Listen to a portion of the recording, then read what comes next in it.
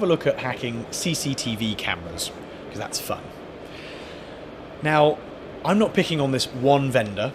I've repeated these kinds of flaws in about 12 different CCTV manufacturers. The big issue here is that these devices are failing to implement what we would regard as basic security, things that came in, when I was a child in information security. If you pick up any modern smartphone like this and you type in a PIN code 5, 10 times and you get it wrong, the device locks. Account lockout is a very, very normal feature in any modern piece of technology. Yet an astonishing number of Internet of Things devices don't do it. So let's actually go and execute an attack against this CCTV camera. And this attack just works by connecting to the camera and saying, is the password this, this, this, this, this, this. It's going to try thousands of times per second, really, really quickly. Now this would have worked against computers and mobiles back in 2005, but in 2015 no self-respecting manufacturer would allow this to work. This actually identifies the password in less than a minute, which means we can connect up to our mobile camera with the password supersafe142, click on server mode, and immediately take control of the device. So we've got a nice live feed, and we can see the rest of the room. Of course, there's an even bigger issue. I mean, that took less than a minute to hack. It was easy. Most people don't even bother changing the password. We've done a lot of research looking for these devices online. I found 540,000 of them running a default configuration.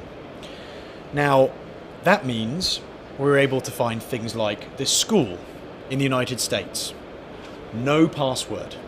Audio capabilities to listen to the children. Or this petrol station in what I believe is Malaysia. This is actually a HD camera where you can zoom in and you can see the credit card details and the PIN number. And it's feeding out to the internet. You can see the till code that's used to unlock the tills. And my personal favourite, there's actually a view of all the chocolate bars. So you can see the absolute best time to rob this store and gain maximum Mars bars. Obviously very important to any attacker. These kinds of things are scary because if Microsoft or Apple were to do this, they'd be dragged through the press backwards. But these devices are making their ways into our homes, into our workplaces, and all around us. I recently finished a demonstration showing I could blow up a light by attacking wireless power systems. And as someone that spends their time writing exploits, understanding what the attackers do, I can tell you the maturity of the Internet of Things is about where PCs were more than 10 years ago. So exploiting a modern Windows 8.1 system, the latest and greatest, or even Windows 10, is actually exceedingly difficult.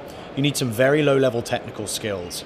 You've got to be able to construct a return-oriented programming chain, do stack pivoting, and call low-level APIs. It's hard. A lot of the attacks we've been looking at with Internet of Things devices are actually staggeringly easy. Now, that doesn't mean the more advanced attacks aren't possible, but for example, brute forcing into this CCTV camera, I'm using a tool and technique that is literally 10 years old. You can go to Google, find it, copy and paste it, run it, and it just works. So these are not difficult security flaws, and that just shows how embarrassing it is that they exist.